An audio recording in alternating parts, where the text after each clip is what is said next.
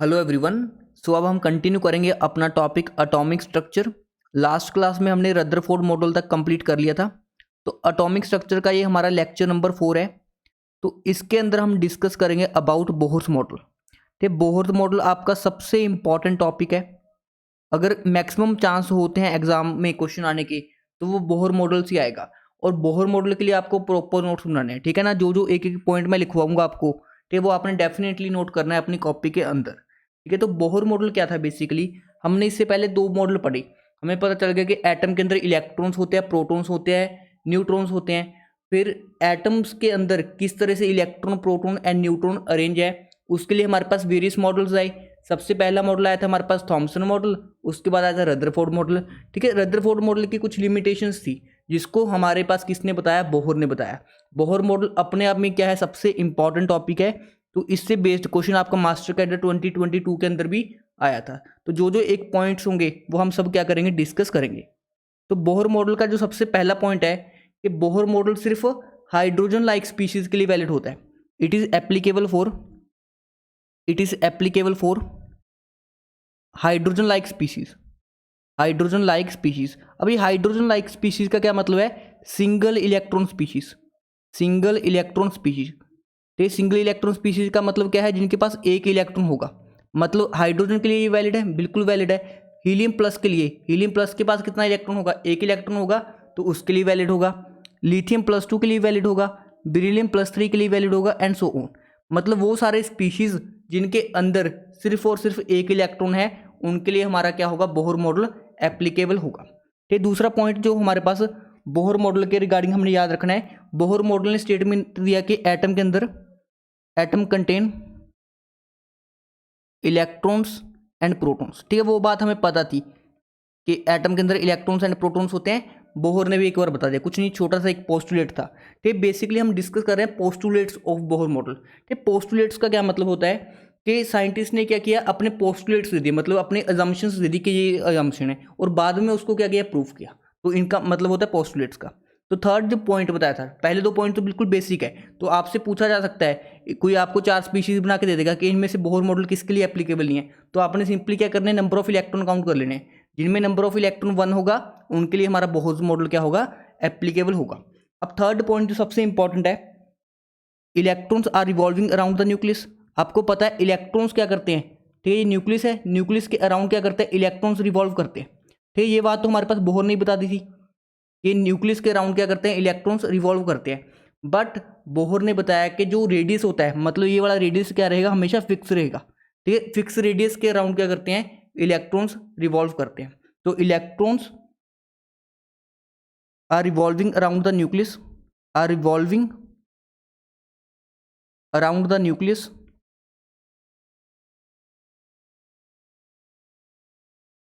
इन circular paths. ठीक है, circular path के अंदर क्या करते हैं, रिवॉल्व करते हैं, ऑफ कांस्टेंट रेडियस, मतलब जिनका रेडियस क्या होगा, कांस्टेंट होगा, of constant radius. And these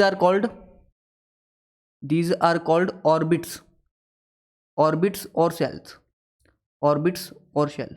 ठीक है, ऑर्बिट अलग चीज होती है, ऑर्बिटल अलग चीज होती है, ये बात आपको ध्यान रखनी है। जो हमारे पास सर्कुलर पाथ, जो हमारे पास न्यूक्लियस के अराउंड इलेक्ट्रॉन सर्कुलर पाथ में रिवॉल्व कर रहा है, और इसी सर्कुलर पाथ को हमने क्या बोल दिया, ऑर्बिट बोल दिया या सेल बोल दिया। ठीक है, ये ऑर्बिट है, ऑर्बिट। ठीक है, तो सर्कुलर पाथ को ही हम क्या बोलते हैं, ऑर्बिट बोलते हैं या शेल बोलते हैं। ठीक है, जिसकी रेडियस क्या रहेगी, फिक्स रहेगी, मतलब न्यूक्लियस के अराउंड इलेक्ट्रॉन रिवॉल्व कर रहे हैं। ठीक है, और फिक्स रेडियस है उनकी। ठीक है ना, ये बात आपको ध्यान रखनी है। ये तीन तो सिंपल सिंपल पॉइंट थे। अब फोर्थ पॉइंट को डिस्कस करने से पहले मेरे को आपको कुछ बेसिक्स बताने हैं। यहाँ पे आपको बेसिक्स पता होने चाहिए कुछ। ठीक है, क्या आपको पता है कूलम्स फोर्स क्या होती है, कूलम फोर्स, कूलम्स फोर्स। ठीक है ना, अगर आपको पता हो, अगर ये मेरे पास दो चार्जेस हैं, सपोज करो Q1 एंड Q2, और उनके बीच का डिस्टेंस है हमारे पास R, तो फोर्स का क्या फॉर्मूला होता है, कूलम्स फोर्स का, K Q1 Q2 over R square. यहाँ पे K क्या होता है, 1/4 पाई एप्सिलॉन नॉट। ठीक है, क्या आपको K की वैल्यू पता है, 9 × 10⁹ ठीक है ना, ये वाली वैल्यू आपको डेफिनेटली पता होनी चाहिए। ठीक है ना, यहाँ पे E नॉट क्या होती है, permittivity, permittivity in free space, permittivity in free space. Q1 and Q2 क्या होते हैं, हमारे पास चार्जेस होते हैं। तो काफ़ी स्टूडेंट्स को ये वाला फॉर्मूला पता होगा, ये कूलम्स लॉ का फॉर्मूला होता है, इलेक्ट्रोस्टैटिक के अंदर आपको पढ़ाया जाता है। अब देखो यहाँ पे हमारे पास जो इंपॉर्टेंट कॉन्सेप्ट है, हमारे पास न्यूक्लियस होगा, उसके अराउंड क्या कर रहे हैं, इलेक्ट्रॉन रिवॉल्व कर रहे हैं। इलेक्ट्रॉन के ऊपर चार्ज तो क्या होगा, ई यूनिट होगा। अब न्यूक्लियस के ऊपर कितना चार्ज होगा, ये इंपॉर्टेंट पॉइंट है। अब मुझे बताओ न्यूक्लियस के अंदर क्या होता है। ठीक है, ये मेरे पास सपोज करो न्यूक्लियस है, न्यूक्लियस के अंदर क्या होगा, प्रोटॉन एंड न्यूट्रॉन। न्यूट्रॉन के ऊपर कोई चार्ज नहीं होता, न्यूट्रॉन के ऊपर कोई चार्ज नहीं होता, तो प्रोटॉन के ऊपर चार्ज होता है। मतलब जो न्यूक्लियस के ऊपर चार्ज है वो किसकी वजह से है, प्रोटॉन की वजह से है। अब किसी न्यूक्लियस के अंदर कितने प्रोटॉन होते हैं, atomic number is equal to number of protons. मतलब इसके अंदर कितने प्रोटॉन होंगे, जेड प्रोटॉन होंगे। जेड क्या है बेसिकली यहाँ पे, एटॉमिक नंबर। अब एक प्रोटॉन के ऊपर चार्ज कितना होता है, ई होता है। ठीक है ना, इसको हम प्लस ई लिख देते हैं, बिकॉज प्रोटॉन के ऊपर कितना चार्ज होता है, प्लस ई चार्ज होता है। ठीक है ना, बिकॉज प्रोटॉन क्या है, पॉजिटिव चार्ज पार्टिकल। मतलब जो हमारे पास न्यूक्लियस है उसके ऊपर चार्ज कितना गया, जेड ई आ गया, और इलेक्ट्रॉन के ऊपर चार्ज कितना, ई। अब देखो जो फोर्थ पॉइंट है हमारा, सबसे इंपॉर्टेंट पॉइंट है। ठीक है, इसी के बेस्ड हमारी पूरी डेरिवेशंस होनी है, तो फोर्थ पॉइंट को आपको ध्यान से समझना है। ठीक है ना, ये मेरे पास न्यूक्लियस है, न्यूक्लियस के अराउंड क्या कर रहे हैं, इलेक्ट्रॉन्स रिवॉल्व कर रहे हैं। ठीक है, सर्कुलर पाथ में, और उन्हीं सर्कुलर पाथ को हम क्या बोलते हैं, ऑर्बिट्स या शेल्स। अब मुझे बताओ, कोई चीज़ घूम रही है, घूमने के लिए कौन सी फोर्स चाहिए होती है उसको, घूमने के लिए कौन सी फोर्स चाहिए होती है, सेंट्रीपिटल फोर्स चाहिए होती है। सेंट्रीपिटल फोर्स चाहिए होती है घूमने के लिए, आपने पढ़ी होगी फिजिक्स के अंदर। तो घूमने के लिए किसी चीज़ को सेंट्रीपिटल फोर्स चाहिए होती है। अब इलेक्ट्रॉन को सेंट्रीपिटल फोर्स कहाँ से मिलती है, by force of attraction between nucleus and electron. मतलब electrostatic force between electron and nucleus. मतलब किसी इलेक्ट्रॉन को न्यूक्लियस के अराउंड घूमने के लिए जो सेंट्रीपिटल फोर्स चाहिए होती है, वो किसके इक्वल होगी हमारे पास, electrostatic force between electron and nucleus. अब सेंट्रीपिटल फोर्स का क्या फॉर्मूला होता है, जिनको पता है वेल एंड गुड, जिनको नहीं पता याद कर लो, M V square over R. ठीक है, एम क्या होता है, मास ऑफ इलेक्ट्रॉन, वी क्या होता है किस वेलोसिटी से वो मूव कर रहा है, एंड आर क्या होता है, रेडियस, किस रेडियस के हमारे पास सर्कल का क्या रेडियस है। ये बात होगी आपको क्लियर। अब इलेक्ट्रोस्टैटिक फोर्स का क्या फॉर्मूला होता है, के Q1 Q2 over are square. ये बात भी हमें पता है। तो यहां से M V square over R किसके इक्वल आ जाएगा, मुझे बताओ। ठीक, Q1 एक चार्ज कौन सा हमारे पास, न्यूक्लियस के ऊपर, न्यूक्लियस के ऊपर चार्ज कितना होता है, जेड ई होता है। एंड Q2 दूसरा पार्टिकल कौन सा है हमारे पास, इलेक्ट्रॉन है, तो इलेक्ट्रॉन के ऊपर चार्ज क्या होता है, ई, और इसको डिवाइड कर देंगे आर स्क्वायर से। तो ये वाली इक्वेशन हमारी सेकेंड इक्वेशन बन गई, तो फर्स्ट इक्वेशन बन गई। तो इसको आपको याद कर लेना है। ठीक है ना, क्या बन गई हमारे पास equation, M V square over R is equal to K Z E square over R square. ठीक है ना, ये वाली इंपॉर्टेंट इक्वेशन है, यहीं से हम बाकी के फॉर्मूला ड्राइव करेंगे। तो ये वाला पॉइंट आपको ध्यान रखना है कि M V square over R is equal to K Z E square over R square. ठीक है ना, इसको आप मार्क कर लो स्टार। तो यहां पे आपको ये वाली लाइन नोट कर लेनी है, for electron to revolve around the nucleus the centripetal force is provided by the electrostatic force between the nucleus and the electron. ठीक है, और यहाँ से हमारे पास जो इक्वेशन बन के आई, that is M V square over R is equal to K Z E square over R square. ठीक है ना, ये वाली इक्वेशन बहुत इंपॉर्टेंट है, आपको यूज भी करवाऊंगा इसका। ठीक, फिफ्थ पॉइंट इससे भी इंपॉर्टेंट है। ठीक, फिफ्थ पॉइंट क्या होता है हमारे पास, जैसे मुझे बताओ, आपको मोमेंटम पता है, मोमेंटम भी दो तरह का होता है, एक होता है लीनियर मोमेंटम। लीनियर मोमेंटम का क्या मतलब होता है, कोई ऑब्जेक्ट ऐसे मूव कर रहा है, ठीक है, एम मास का ऑब्जेक्ट है, वी वेलोसिटी से मूव कर रहा है, तो उसका लीनियर मोमेंटम पी किसके इक्वल होता है, मास इंटू वेलोसिटी। क्या ये बात आपको पता है। जैसे ही कोई ऑब्जेक्ट सर्कुलर पाथ में रिवॉल्व करता है, तब हम मोमेंटम की जगह क्या यूज करते हैं, एंगुलर मोमेंटम यूज करते हैं, एंगुलर मोमेंटम। तो एंगुलर मोमेंटम का क्या आपको फॉर्मूला पता है, सिंपल होता है एम वी आर। मतलब एंगुलर मोमेंटम का क्या फॉर्मूला हो गया हमारे पास, M V R. And linear momentum का क्या फॉर्मूला होता है, एम इंटू वी। ठीक है, मास इंटू वेलोसिटी, यहाँ पे mass into velocity into radius. तो ये होता है हमारे पास एंगुलर मोमेंटम। अब जब इलेक्ट्रॉन है हमारे पास न्यूक्लियस के अराउंड रिवॉल्व कर रहा है सर्कुलर पाथ में, उसका कुछ क्या होगा, एंगुलर मोमेंटम होगा। उस एंगुलर मोमेंटम की कितनी वैल्यू होगी, वही हमारा फिफ्थ पॉइंट बताता है। ठीक है ना, तो अकॉर्डिंग टू फिफ्थ पॉइंट क्या होगा हमारे पास, out of infinite possible path, out of infinite possible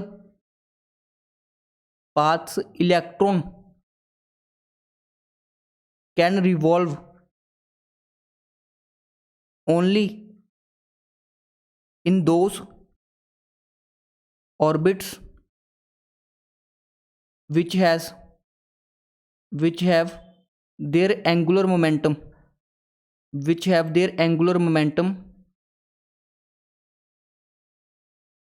is an integral multiple of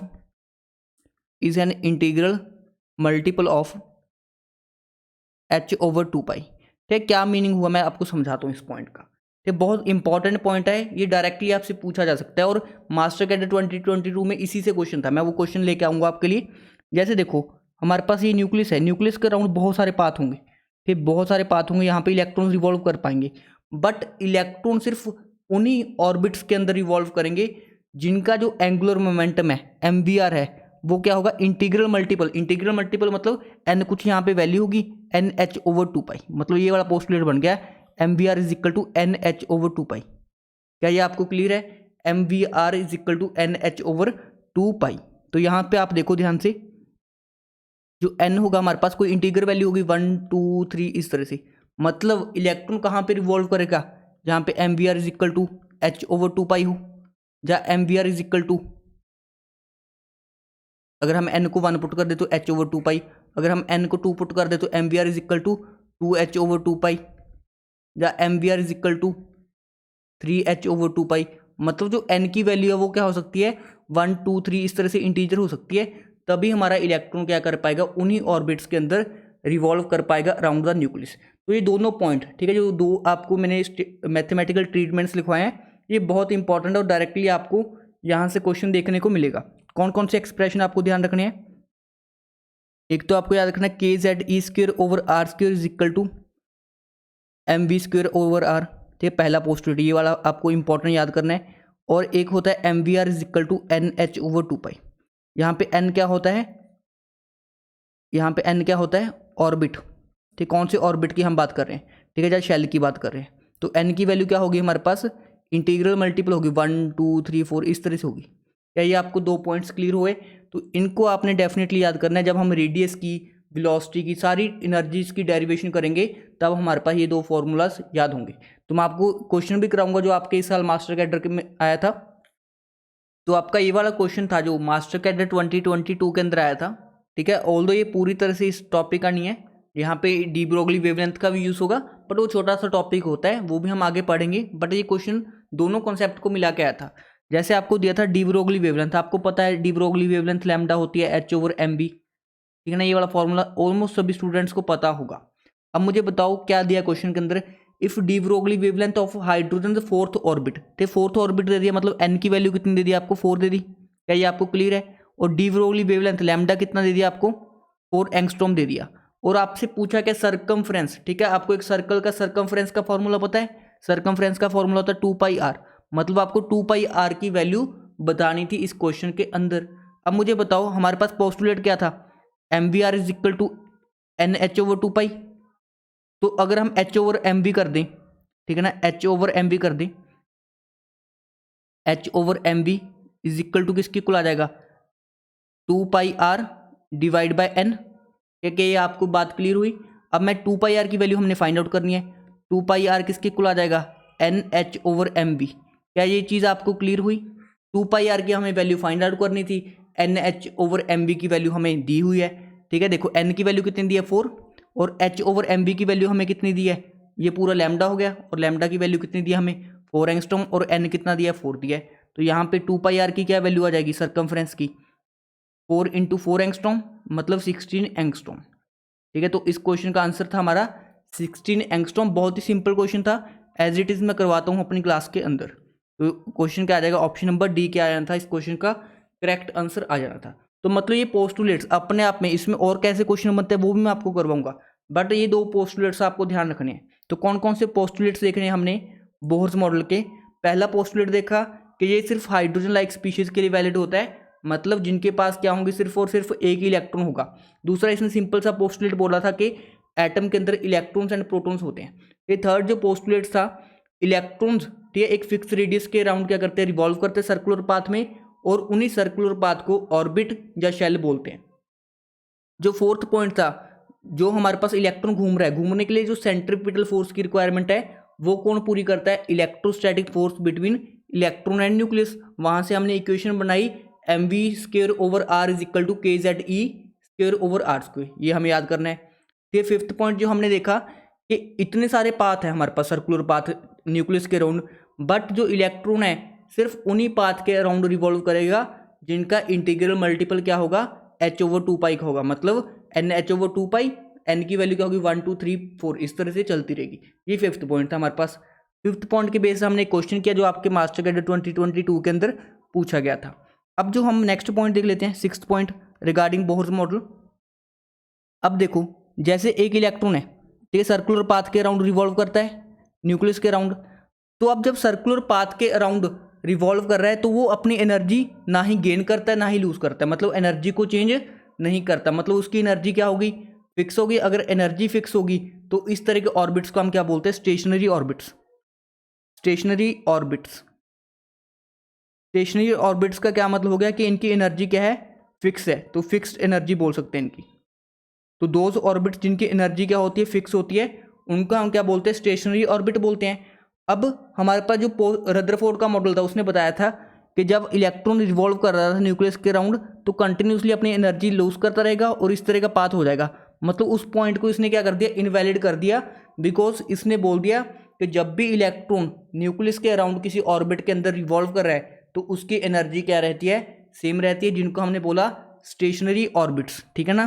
तो स्टेशनरी ऑर्बिट्स का क्या मतलब हो गया हमारे पास, स्टेशनरी ऑर्बिट्स का क्या मतलब हो गया हमारे पास कि उनकी एनर्जी क्या रहती है, फिक्स रहती है, fixed energy, fixed energy in a particular shell, मतलब एक पर्टिकुलर न्यूक्लियस के राउंड।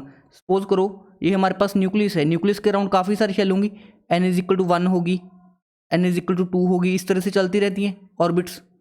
तो अगर n=1 के राउंड रिवॉल्व कर रहा है ऐसे सर्कुलर, तो n=1 में उसकी एनर्जी सेम रहेगी। जैसे ऊपर जाएगा, ऊपर से नीचे आएगा, तब तो एनर्जी का कुछ क्या होगा, चेंज होगा। तो सेवंथ पॉइंट वही बता रहा है हमारे पास, अगर कोई यहाँ पे लोअर लेवल है, n=1 है सपोज करो, ऊपर है n=2, अगर कोई इलेक्ट्रॉन नीचे से ऊपर जाएगा तो उसकी एनर्जी देनी पड़ेगी या वो एनर्जी रिलीज करेगा। नीचे से ऊपर जाना है तो ऊपर जाने के लिए हमें एनर्जी देनी पड़ेगी। मतलब जब भी कोई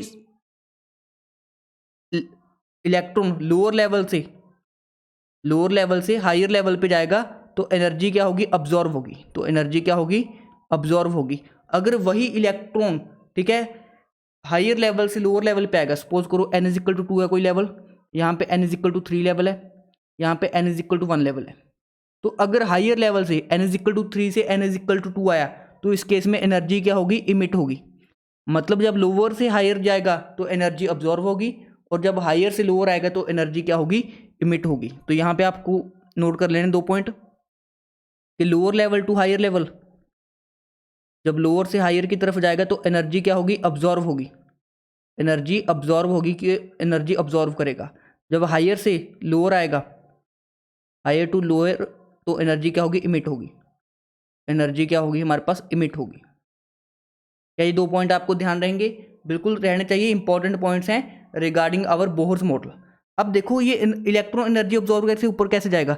जैसे कोई इलेक्ट्रॉन है हमारे पास, इसके ऊपर हम कोई रेडिएशन करवाएंगे, रेडिएशन फॉल करवाएंगे इसके ऊपर, तो रेडिएशन को ये ऑब्जॉर्व करेगा और अपनी लेवल से एक्साइटेड लेवल के अंदर चला जाएगा। इस तरह से हमारे पास एक्साइटेशन होती है। जैसे कोई लेवल हायर लेवल में आ गया, अब हायर लेवल तो क्या होते हैं, अनस्टेबल होते हैं, तो जब वो वापस लोअर लेवल के अंदर आएगा, जब ये पार्टिकल वापस लोअर लेवल के अंदर आएगा तो लोअर लेवल आने पे वो एनर्जी को इमिट करेगा, एनर्जी को इमिट करेगा।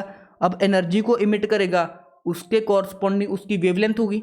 अगर वो वेवलेंथ विजुअल रीजन के अंदर लाई करेगी तो जो हमारा स्पीशीज है वो क्या आएगा, कलर्ड नजर आएगा। क्लियर है आपको बात, ये बात हम कोऑर्डिनेशन केमिस्ट्री में डिटेल में पढ़ेंगे।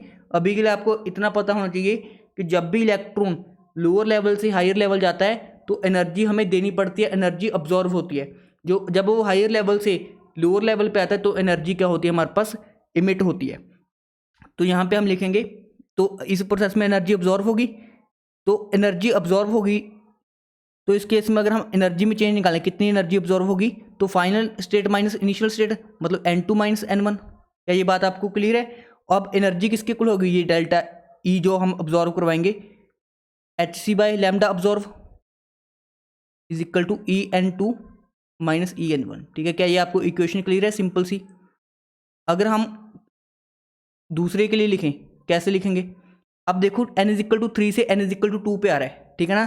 तो फाइनल स्टेट कौन सी है? अब n इज इक्वल टू 2 है और इनिशियल स्टेट कौन सी है? n इज इक्वल टू 3 है। तो यहाँ पे एनर्जी जो इमिट होगी, मतलब चेंज इन इमिटेड एनर्जी कितना होगा हमारे पास?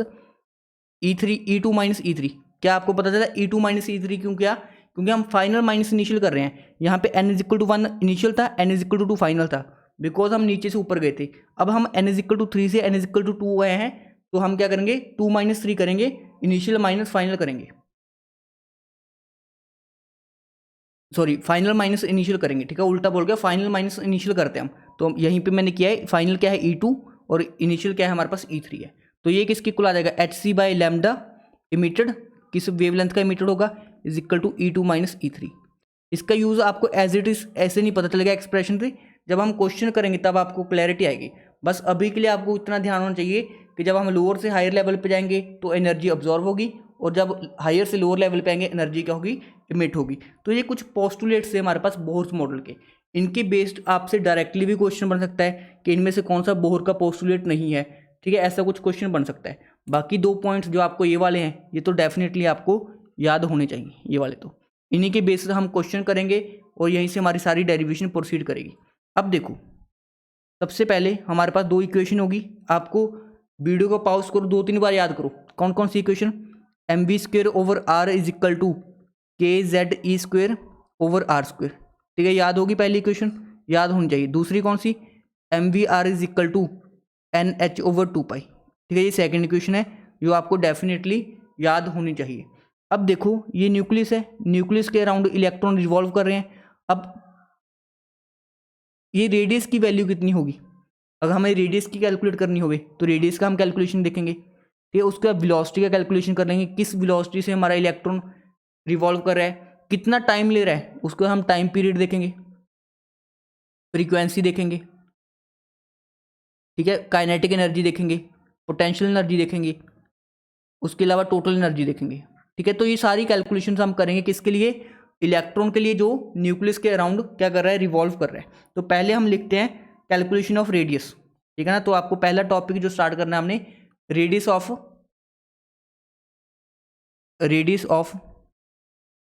nth ऑर्बिट ऑफ बोहर, ठीक है, बोहर के nth ऑर्बिट की हमें रेडियस फाइंड आउट करनी है। हमने सिंपली वही दो इक्वेशन यूज करनी है। पहली कौन सी? mv square over r is equal to kze square over r square, और सेकंड कौन सी है हमारे पास? mvr is equal to nh over 2 pi. अब देखो मैं क्या करता हूँ, जो ये वाली इक्वेशन है यहाँ से v की वैल्यू निकाल लेता हूँ। तो v की वैल्यू कितनी आ जाएगी? nh over 2 pi into mr। क्या ये आपको क्लियर है कि यहाँ से हमारे पास v की क्या वैल्यू आ गई? nh ओवर 2 पाई mr। अब देखो, मैं ये वाली v की वैल्यू को इस वाली इक्वेशन के अंदर पुट कर देता हूँ, ठीक है, ये वाली v की वैल्यू को मैं इस वाली इक्वेशन के अंदर पुट कर देता हूँ। तो क्या होगा हमारे पास? m over r as it is रह जाएगा, v का स्क्वायर करना है, मतलब यहाँ पे क्या होगा? n का स्क्वायर, h का स्क्वायर ओवर, ठीक है, 2 का स्क्वायर कितना हो जाएगा? 4, पाई का स्क्वायर पाई स्क्वायर, ठीक है, m का स्क्वायर m स्क्वायर और r का स्क्वायर r स्क्वायर। क्या ये आपको बात क्लियर हुई? किसके इक्वल हो जाएगा ये? kze square over r square. अब देख लो, हमने यहाँ से r की वैल्यू निकालनी है। पहले कौन कौन से फैक्टर कट रहे हैं वो बता देता हूँ आपको। r स्क्वायर से r स्क्वायर कट रहा है, r स्क्वायर से r स्क्वायर कट रहा है। उसके बाद कौन कौन से फैक्टर कट रहे हैं हमारे पास? अगर हम बात करें, ठीक है, एक m से एक m कट जाएगा, नीचे एक m बच जाएगा। क्या ये चीज़ भी आपको दिख रही है? ये r उधर चला जाएगा, तो r की वैल्यू देखो, ये वाले r की वैल्यू कितनी आ जाएगी हमारे पास? n square h square over 4 pi square m into kze square. क्या ये वैल्यू आ गई आपकी? ठीक है, एक बार आपको वीडियो को पॉज करो, सिंपल मैथमेटिक्स है, और सॉल्व करके देखो क्या ये आपकी वैल्यू आ रही है? n square h square over 4 pi square m into kze square, ठीक है, सिंपल कैलकुलेशन है। अब ये वाली वैल्यू हमें याद करनी है? नहीं करनी। अगर क्वेश्चन के अंदर डायरेक्टली पूछ लिया तो हमने ऐसे ही ड्राइव करनी है, ठीक है ना, पेपर के अंदर हमें रटनी नहीं है वैल्यू, ठीक है, हमें क्या करनी है? ड्राइव करनी है। अब मुझे बताओ भाई, ये वाला n है और ये वाला h है, ठीक है ना। अब मुझे बताओ h की वैल्यू कितनी होती है? h की वैल्यू होती है 6.62 इंटू 10⁻⁻34। पाई की वैल्यू कितनी होती है? 3.14, ठीक है। उसके अलावा m की वैल्यू कितनी होती है? 9.11 इंटू 10⁻⁻31। k की वैल्यू कितनी होती है? 9 इंटू 10⁻⁹ ठीक है। उसके अलावा ई की वैल्यू कितनी होती है 1.6 इंटू 10⁻⁻19, ठीक है ना। तो सारी वैल्यूज़ क्या है कांस्टेंट है। अगर हम कांस्टेंट वैल्यूज़ पुट कर दें तो वेरिएबल कौन कौन से बच जाएंगे, ये वेरिएबल कौन कौन से बच जाएंगे, एक तो n² बच जाएगा वेरिएबल और दूसरा हमारे पास z बच जाएगा। मतलब अगर मैं बाकी सारी कांस्टेंट वैल्यूज़ पुट कर दूं तो जो वेरिएबल है जिसकी वैल्यू हमें नहीं पता जो चेंज होगी वो कौन कौन से फैक्टर है n² एंड z। क्लियर है। अब मैं क्या करता हूँ सारी वैल्यूज़ को पुट करता हूँ, h की वैल्यू पुट करता हूँ, पाई की, m की, e की, तो उसके बाद जो एक्सप्रेशन बनता है वो हमें याद करना है। तो उसके बाद जब हम सारी वैल्यूज़ को पुट कर देंगे रेडियस का जो फॉर्मूला बनता है डेट इज 0.529 इंटू n²/z, ठीक है। और ये वाली वैल्यू आती है हमारे पास एंगस्ट्रॉम के अंदर। तो रेडियस का क्या फॉर्मूला बन गया हमारे पास सिंपल सा 0.529 n²/z एंगस्ट्रॉम के अंदर हमारा आंसर आएगा। और इस वैल्यू को आपने डेफिनेटली रट लेना है, ठीक है ना, याद कर लो, डायरेक्टली क्वेश्चन आएगा। कैसे क्वेश्चन आएंगे वो सब आपको मैं करवाता हूँ। अब देखो इसी फॉर्मूला के अंदर अगर हम फॉर हाइड्रोजन एटम देखें, for hydrogen atom first shell, ठीक है, हाइड्रोजन एटम की फर्स्ट शेल के लिए देखिए, मतलब हाइड्रोजन एटम के लिए z की वैल्यू एटॉमिक नंबर कितना हो जाएगा 1 एंड फर्स्ट शेल का मतलब क्या है n = 1। तो अगर z = 1 एंड n = 1 पुट करेंगे तो रेडियस किसके इक्वल आ जाएगा 0.529 इंटू 1² एंगस्ट्रॉम और ये वैल्यू किसके इक्वल आ जाएगी 0.529 एंगस्ट्रॉम। क्या ये बात आपको क्लियर है। जब हमारे पास z की वैल्यू 1 होती है एंड n की वैल्यू 1 होती है, मतलब हाइड्रोजन के लिए जो फर्स्ट ऑर्बिट की वैल्यू को हम क्या बोलते हैं उसकी बोहर वैल्यू। जैसे यहाँ पे हमने बोहर रेडियस निकाला है, बोहर रेडियस का क्या मतलब होगा जब z = 1 एंड n = 1 होगा। तो बोहर रेडियस की वैल्यू अगर आपसे डायरेक्टली पूछ ले कि बोहर रेडियस की वैल्यू कितनी होती है तो हमारा आंसर क्या आएगा 0.529 एंगस्ट्रॉम। ये डायरेक्टली पूछेगा कि बोहर रेडियस की वैल्यू कितनी होती है तो आपको ये वाला फॉर्मूला भी दे देगा और हम ये वाला फॉर्मूला नहीं टिक करेंगे, फिर हम ये वाले ऑप्शन टिक करेंगे। ये आपको क्लियर है कि बोहर रेडियस का क्या मतलब हो गया कि जब हमारे पास n भी = 1 हो एंड z भी क्या हो 1 हो। क्लियर है आपको। अगर हम दो कंडीशन के ऊपर, ठीक है, दो रेडियस को कंपेयर करें r1/r2, क्या मुझे बता सकते हो क्या फॉर्मूला बनेगा। देखो 0.529 तो कांस्टेंट है तो n के स्क्वायर के डायरेक्टली प्रोपोर्शनल है तो ये किसके इक्वल आ जाएगा n1² / n2²। क्या ये बात आपको क्लियर है। z के इन्वर्सली प्रोपोर्शनल है, मतलब एटॉमिक नंबर के इन्वर्सली प्रोपोर्शनल है तो यहाँ पे ऊपर z2 आ जाएगा और नीचे क्या आ जाएगा z1 आ जाएगा। तो ये वाला फॉर्मूला भी हमको ध्यान रखना है, ठीक है। एक फॉर्मूला याद करना है ये वाला, ये तो हम इजीली ड्राइव कर लेंगे। क्लियर है। r1/r2 = n1² = z2/z1। ये बातें आपको क्लियर होनी चाहिए। अब देखो यहाँ पर ध्यान से देखो, जैसे जैसे n इंक्रीज होगा, जैसे जैसे n इंक्रीज होगा मतलब नंबर ऑफ ऑर्बिट की वैल्यू इंक्रीज होगी, रेडियस भी क्या होगा इंक्रीज होगा। तो रेडियस भी क्या होगा इंक्रीज होगा। वो हमें लॉजिकली पता भी, हम आपको अगर ध्यान से हो ये न्यूक्लियस होता है, न्यूक्लियस के around n = 1 n = 2 n = 3 n = 4 n = 5। जैसे जैसे हमारे पास n की वैल्यू इंक्रीज हो रही है, जैसे जैसे n की वैल्यू इंक्रीज हो रही है, यहाँ पे 4 है तो रेडियस ये होती है। रेडियस क्या होता है बेसिकली न्यूक्लियस से लेके उस ऑर्बिट का डिस्टेंस। तो देखो जैसे जैसे n की वैल्यू इंक्रीज हो रही है तो रेडियस की वैल्यू क्या हो रही है इंक्रीज हो रही है। यहाँ से हमें कंक्लूड कर दिया। क्या ये आपको बात क्लियर है। अब इसके बेस्ड हम एक और ग्राफिकल इंटरप्रिटेशन कर लेते हैं, उसके बाद मैं क्वेश्चन करवाता हूँ कि कैसे क्वेश्चन आपके एग्जाम में पूछे जाएंगे। तो पहले आपको इक्वेशन याद कर लेनी है। रेडियस ऑफ nth ऑर्बिट कितना होता है 0.529 इंटू n²/z। आंसर किसके अंदर आएगा हमारा एंगस्ट्रॉम के अंदर आएगा। तो पहला ग्राफ जो हम बना रहे हैं बिटवीन रेडियस एंड n, ठीक है, n और रेडियस के बीच में क्या रिलेशन है। जैसे जैसे हम n की वैल्यू इंक्रीज करेंगे रेडियस काफ़ी अच्छे से इंक्रीज होगा, बिकॉज यहाँ पे क्या स्क्वायर है तो ग्राफ कुछ इस तरह से आएगा, मतलब जो हमारे पास y = x² का ग्राफ होता है वही आ जाएगा। क्या ये आपको पहला ग्राफ क्लियर हुआ। अगर हम रेडियस वर्सेस n² का ग्राफ ड्रॉ करें तो कैसा ग्राफ आएगा आप मुझे बता सकते हो। n² के क्या है डायरेक्टली प्रोपोर्शनल है, radius directly proportional to n², तो डायरेक्टली प्रोपोर्शनल का कैसा ग्राफ होता है ऐसा स्ट्रेट लाइन। क्या ये बात आपको क्लियर है।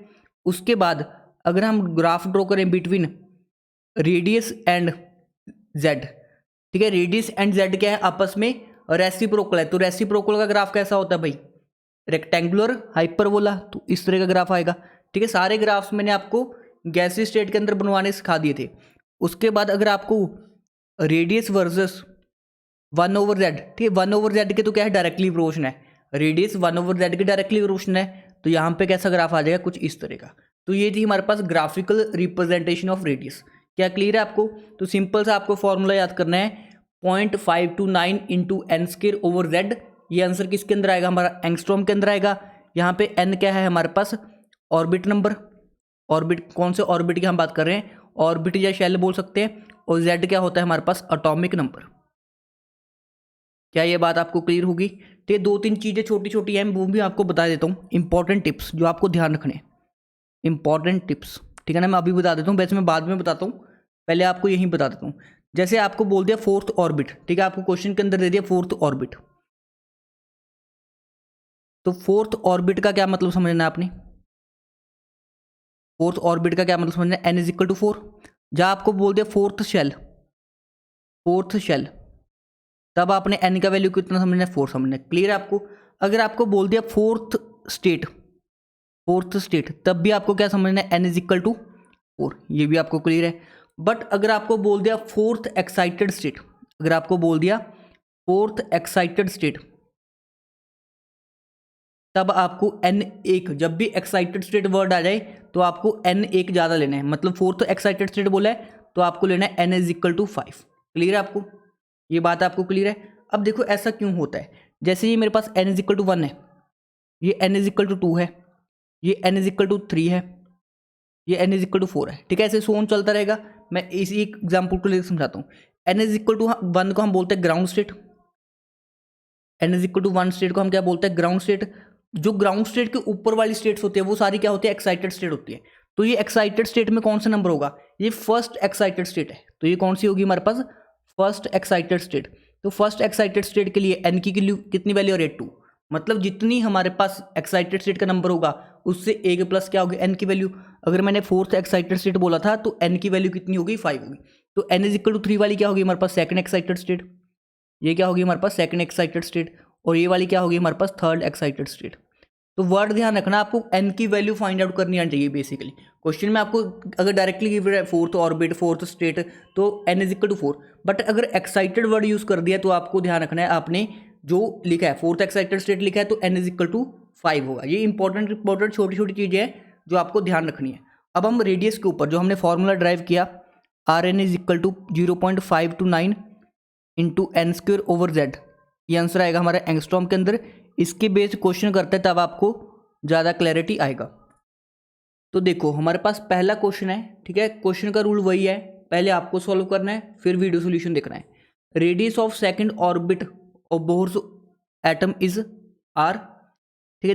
Then calculate the radius of third orbit of helium plus, ठीक है ना। आपको क्वेश्चन दिया radius of second Bohr's atom is r, then calculate the radius of third orbit of helium. ये सेकंड ऑर्बिट से क्या समझ रहे हो, पहले इनिशियल वैल्यू आपको n1 कितनी दी है, 2 दी है। क्या ये आपको बात क्लियर है? उसके बाद अगर आपको बताओ बोहर्स एटम, बोहर्स एटम कौन सा है, हाइड्रोजन, तो हाइड्रोजन के लिए z की वैल्यू कितनी हो जाएगी, Z1 1 हो जाएगा। क्लियर है आपको? पूछा किसके लिए, calculate the radius of third orbit of, third orbit मतलब n2 कितना हो गया हमारे पास 3। हीलियम, हीलियम के लिए हमारे पास z की वैल्यू कितनी होती है भाई, 2।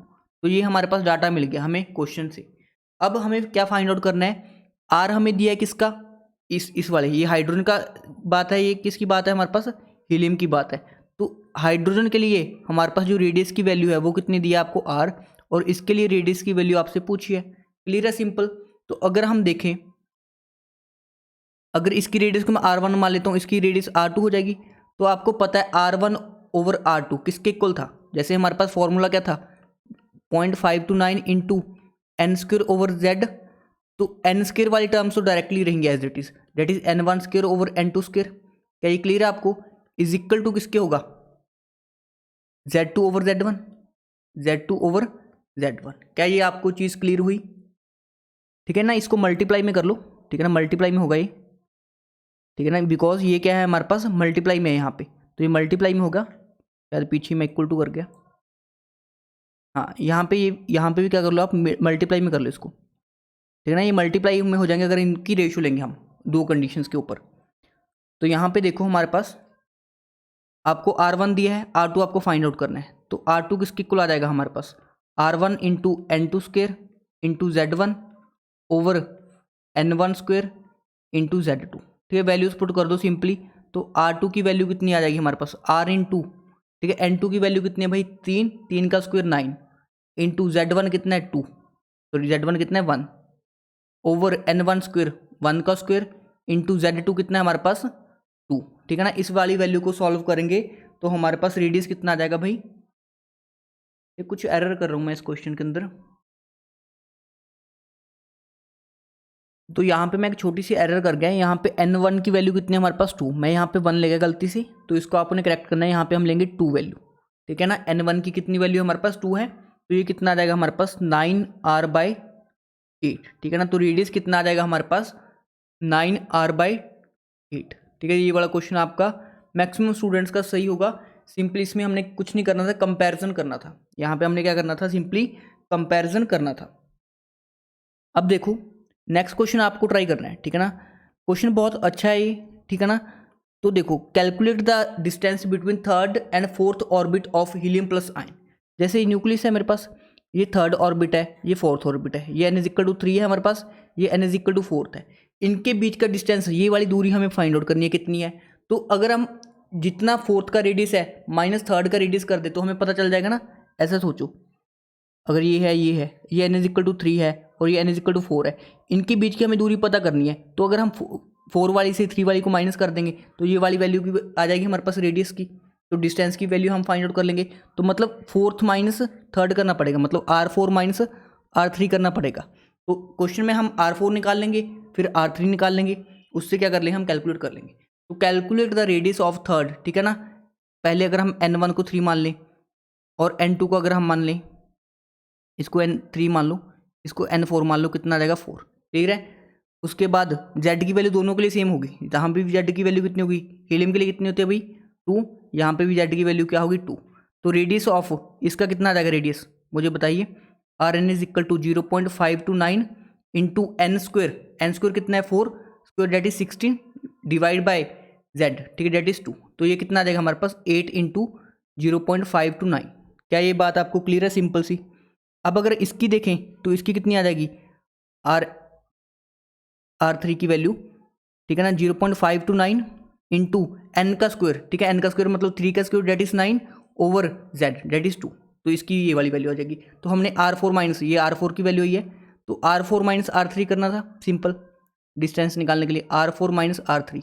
तो अगर हम करेंगे 0.529 कॉमन आ जाएगा, तो बचेगा क्या नीचे 16/2 माइनस 9/2। क्या ये बात आपको क्लियर हुई, सिंपल सी कैलकुलेशन सी। ठीक है ना, अब अगर इसको देखें, दो यहाँ पे एलसीएम आ जाएगा, तो 16 माइनस 9 कितना होता है हमारे पास 7 होता है, तो 7/2, तो 0.529 इंटू 7/2 एंगस्ट्रॉम के अंदर हमारा आंसर आ जाएगा।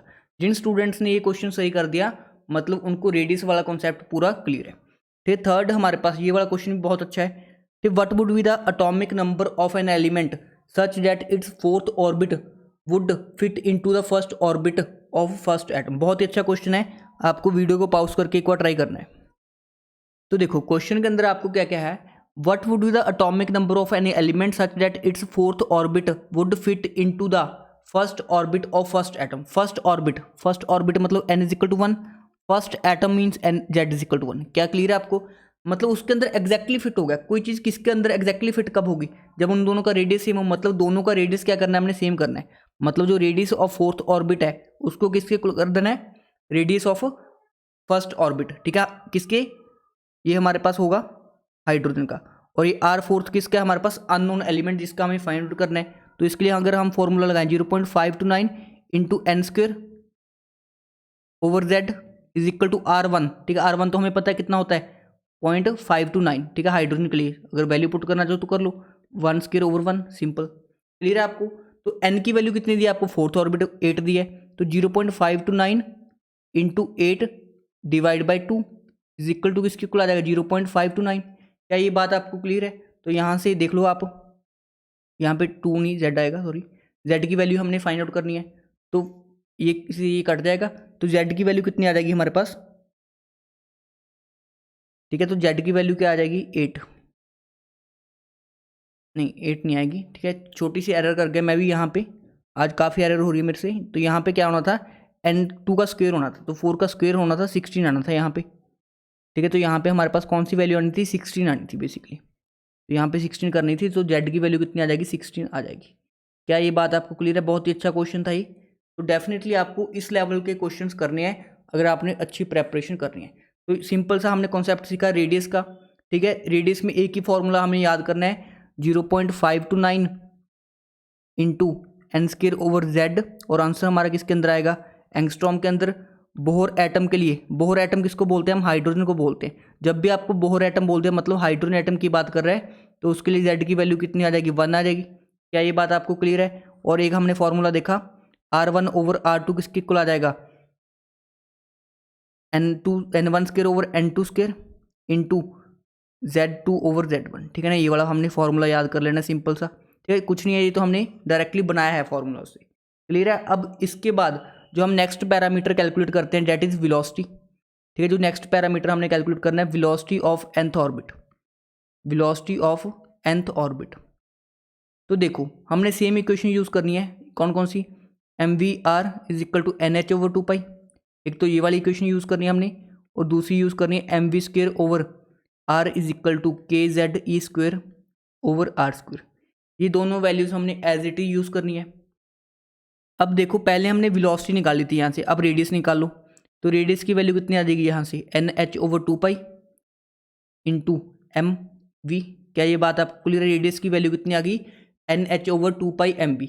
तो अब रेडियस की वैल्यू यहाँ पे पुट कर दो, ठीक है ना। पहले एक रेडियस से एक रेडियस काट लो आप, mv square is equal to kze square over r। क्या ये वैल्यू आपको सिंपल सी क्लियर होगी, kze स्क्वेयर ओवर r, ठीक है ना, क्योंकि एक r से एक r कट गया। तो अब आपको r की वैल्यू पुट करनी है, mv square is equal to kze square. अब r की वैल्यू पुट करेंगे यहाँ पे, ठीक है। तो NH नीचे आ जाएगा, NH नीचे आ जाएगा, और जो 2 पाई mv है वो ऊपर चला जाएगा। ऊपर क्या चला जाएगा, 2 पाई mv, क्लियर है आपको। अब यहाँ पे एक v से v कट जाएगा इधर, यहाँ पे देखो v स्क्वायर है, यहाँ पे v है, ये आपस में कट जाएंगे, और m इधर आके डिवाइड हो जाएगा। तो v की क्या वैल्यू आएगी हमारे पास, kze स्क्वेयर 2 पाई m ओवर NH, ठीक है। जो m यहाँ पे था वो नीचे आ गया, ये वाला m यहाँ पे आ गया, तो m से m भी कट गया। तो v की क्या वैल्यू आ गई हमारे पास, kze square 2 pi over NH। क्या ये वैल्यू आपको क्लियर हुई कि वेलोसिटी की हमारे पास क्या वैल्यू आ गई। अब देखो यहाँ पे भी बाकी सारे k भी कॉन्स्टेंट, z नहीं कॉन्स्टेंट, e भी कॉन्स्टेंट, 2 भी कॉन्स्टेंट, पाई भी कॉन्स्टेंट, h भी कॉन्स्टेंट। तो जब हमने सारे कॉन्स्टेंट की वैल्यू पुट कर ली, तो हमारे पास वेरिएबल क्या बच जाएंगे, z एंड n। तो जब हम सॉल्व करेंगे इस वैल्यू को वेरिएबल्स की पुट करने के बाद, तो हमारे पास क्या आंसर आएगा, 2.18 इंटू 10⁻⁶ इंटू z/n। तो यहाँ पे क्या आएगा हमारे पास, z/n आ जाएगा। तो यहाँ पे क्या आएगा, z/n। अगर 10⁻⁶ यूज़ कर रहे हैं तो हमारा आंसर क्या आएगा, मीटर पर सेकंड के अंदर आएगा। क्या ये बात आपको क्लियर है? मतलब हमने जो फॉर्मूला याद करना है अब वेलोसिटी का, डेट इज 2.18 इंटू 10⁻⁶ मीटर पर सेकंड इंटू z/n। यहाँ पे क्या आएगा, z/n। रेडियस में क्या था, n स्क्वायर ओवर z। क्या ये बात आपको क्लियर है? सिंपल सी चीज़ें हैं। अगर आपको सेंटीमीटर पर सेकंड में निकालनी हो तो क्या फॉर्मूला आएगा, Vn is equal to 2.18 into 10⁸ centimetre पर सेकंड इंटू z/n, ठीक है ना। तो यहाँ पे एक्सप्रेशन में क्या आता है, z/n आता है। ये बात आपको डेफिनेटली ध्यान में रखनी है। अब अगर इसकी वैल्यू हम दो वैल्यूज पे कंपेयर करें, v1 ओवर v2 किसके इक्वल आ जाएगा हमारे पास, z के डायरेक्टली प्रोपोर्शनल है, z1 over z2 into n2/n1। क्या ये आपको सिंपल सा फॉर्मूला क्लियर हो गया, v1 over v2 is equal to z1 over z2 into n2 over n1। तो ये सिंपल सा फॉर्मूला हमने इसी वाली इक्वेशन से ड्राइव कर लिया। तो अगर हम ग्राफ ड्रॉ करें वेलोसिटी के, बहुत सिंपल है। अगर हम वेलोसिटी का ग्राफ ड्रॉ करें विद z, ठीक है, तो z के साथ क्या है, इसका डायरेक्टली रिलेशन है, तो स्ट्रेट लाइन ग्राफ आ जाएगा हमारे पास। अगर हम n के साथ ग्राफ ड्रॉ करें वेलोसिटी का, तो इन्वर्सली प्रोपोर्शनल का हमारे पास क्या है, ठीक है, रिलेशन बन रहा है, तो रेक्टेंगुलर हाइपरबोला आ जाएगा। अगर हम 1 ओवर n के साथ कर लें, वेलोसिटी का ग्राफ ड्रॉ करें 1/n के साथ, तो वो डायरेक्टली प्रोपोर्शनली बन रहा है, तो वो भी क्या आ जाएगा, स्ट्रेट लाइन आ जाएगा। तो सिंपल से ग्राफ होते हैं, आपको सिंपली इक्वेशन जो मैथमेटिक्स होती है वो सिंपल इक्वेशन के बेस्ड ही हम ग्राफ बना सकते हैं। तो ये होता है हमारे पास वेलोसिटी का। तो जैसे क्वेश्चन हमने रेडियस के किए वैसे वेलोसिटी के आएंगे। तो क्वेश्चन हम बहुत प्रैक्टिस करेंगे, अराउंड मैं आपको 20 क्वेश्चन प्रैक्टिस करवाऊंगा बोहर मॉडल के बेस्ड।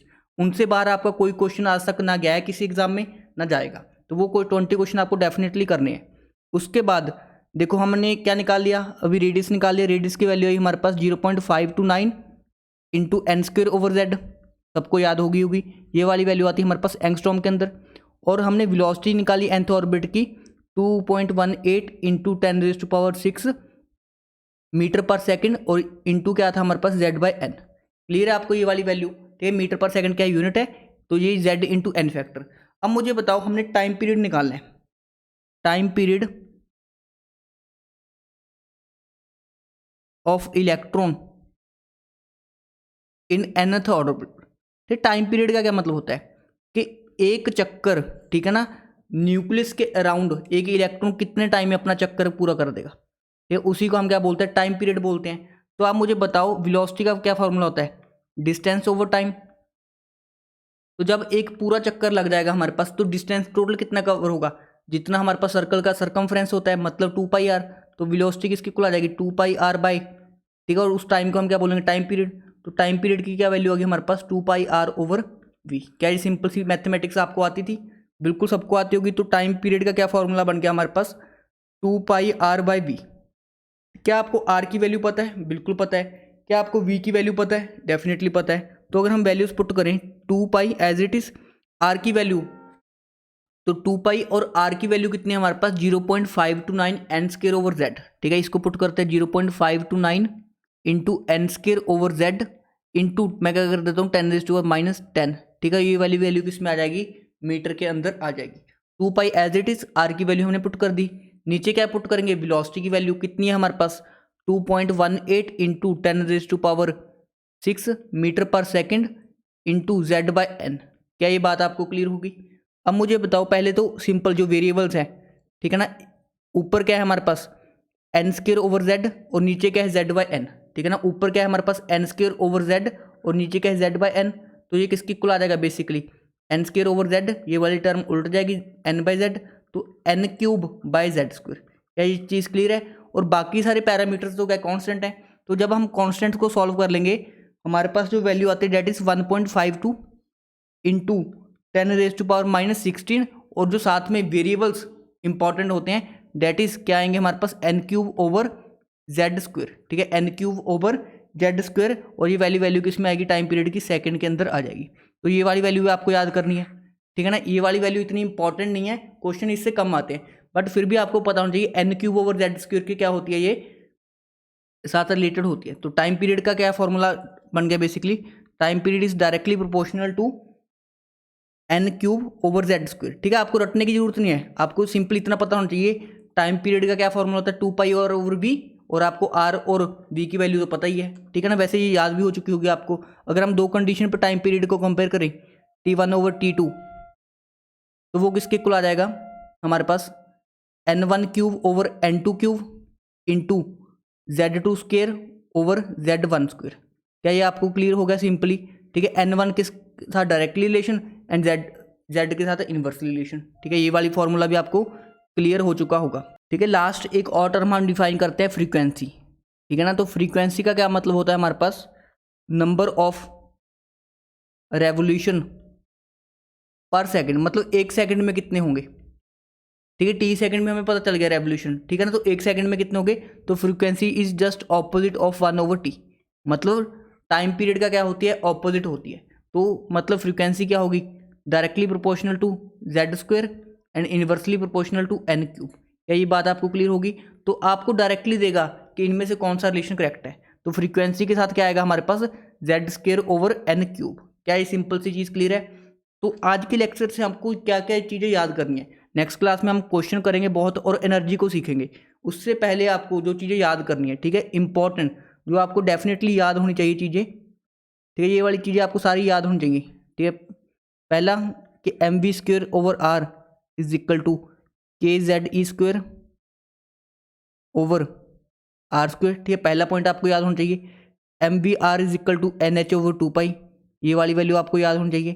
थर्ड जो रेडियस होता है आपको वो कितना होता है 0.529 into n square by z, ये आंसर आएगा हमारा एंगस्ट्रॉम के अंदर, ये वाली वैल्यू याद होनी चाहिए। और चौथा आपको क्या पता होना चाहिए, वेलोसिटी वो कितनी होती है 2.18 इंटू 10⁶ मीटर पर सेकंड इंटू Z/n, ठीक है। और जो फिफ्थ आपको पता होना चाहिए टाइम पीरियड, ठीक है। टाइम पीरियड का क्या फॉर्मूला होता है हमारे पास, जिसको हम रिप्रेजेंट करते हैं टी से, टी का क्या फॉर्मूला होता है 2πr/v, ठीक है। आर की वैल्यू पुट कर लेंगे, वी की वैल्यू पुट कर लेंगे।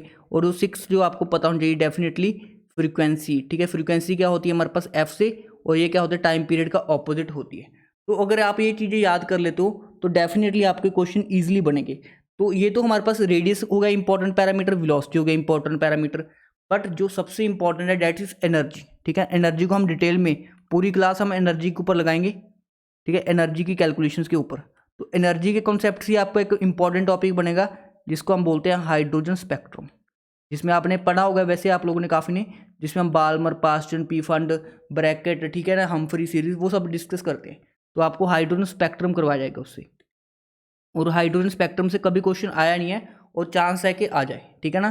तो एनर्जी का जो फॉर्मूला होगा वो सबसे इंपॉर्टेंट होगा, बट आज वाले फॉर्मूले भी सारे इंपॉर्टेंट है, इनके बेस डायरेक्टली क्वेश्चन आते हैं और आपके एग्जाम के अंदर आया भी है, ठीक है ना, इस बार, ठीक है। आपको मैंने करवाया था ये वाला क्वेश्चन,